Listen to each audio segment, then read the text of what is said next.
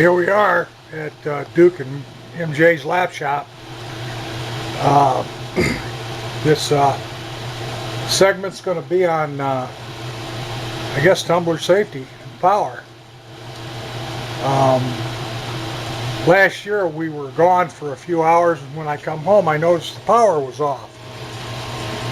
And it had come back on, and one of my tumblers were stalled out, and I reached in, grabbed the motor, and boy, the motor was just hotter than hell. It obviously had been cycling on thermal overload, but we tried to start every time and it wouldn't. Luckily, the thermal overload was working, but what happened, I thought, if it didn't work?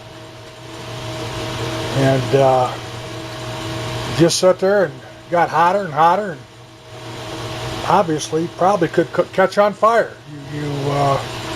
Circuits fail, and it happens. And I wouldn't trust my house and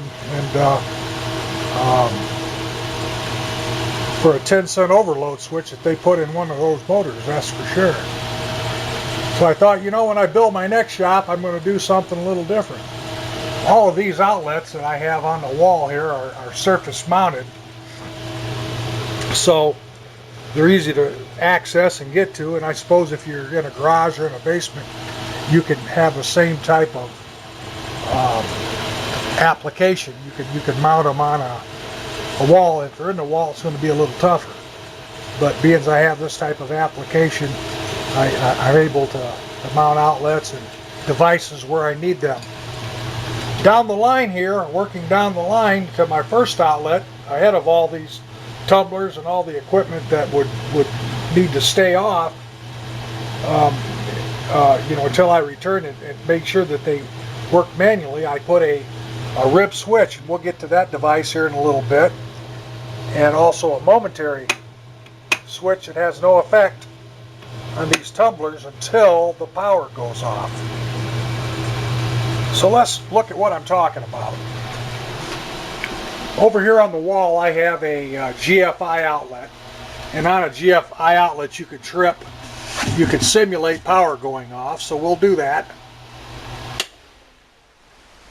Okay, the powers went off in the city, or at my house, and the tumblers have stopped. You heard them stop, you could hear them. And now I'm going to go ahead and start those tumblers again.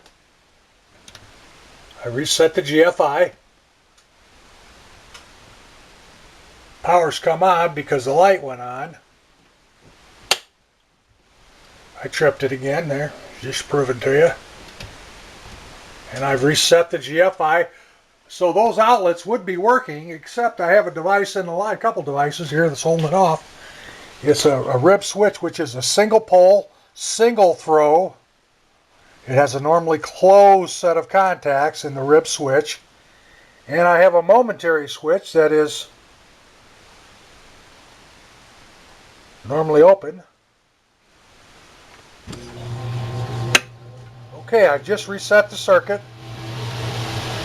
All my tumblers are back online. I have 1, 2, 3, 4 of them working. And they're online, and I'm here to check them and make sure that they went online. You can do this same type of application. They have outlet strips that do this. In my particular instance, it would take a lot of outlet strips. I got fans working in all my tumblers to keep them cool. I like to keep them cool. Down here I have a fan. I have 4 fans, 2 for each tumbler, or actually 1 for each tumbler of 2. And there you are.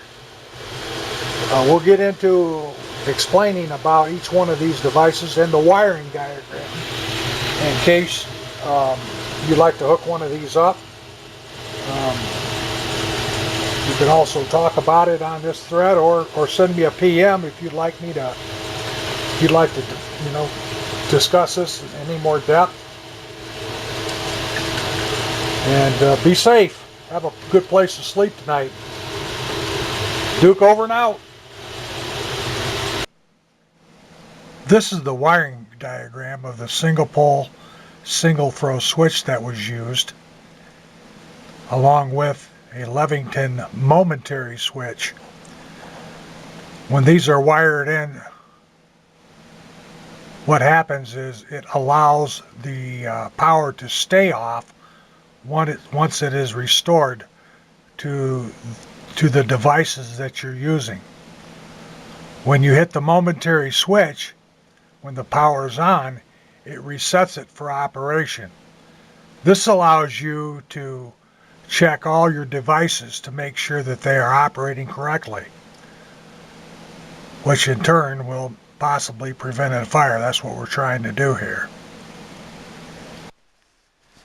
Here is the switch that I used in wiring the circuit. It's a Levington 1080R momentary contact single pole single throw switch. This one does have a red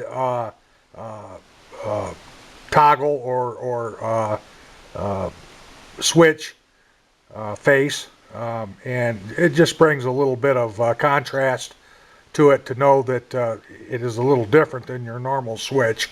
Just brings focus to the switch and lets you know that it is a special switch used for a special application in the shop. $27, it wasn't a bad price. Here is the functional devices RIB 240 1SB enclosed pre-wired relay switch that I used. You notice all of what I did is surface mounted on my wall in my shop. They make other ways of doing this project with light strips, I hear. You can get different type of light strips to use. It probably cost you way more than I did because I have 8 tumblers that I used, and I would just have one setup on one line versus a multitude of different switches and relays used. This is just one way of doing it, and worked out pretty good for my application.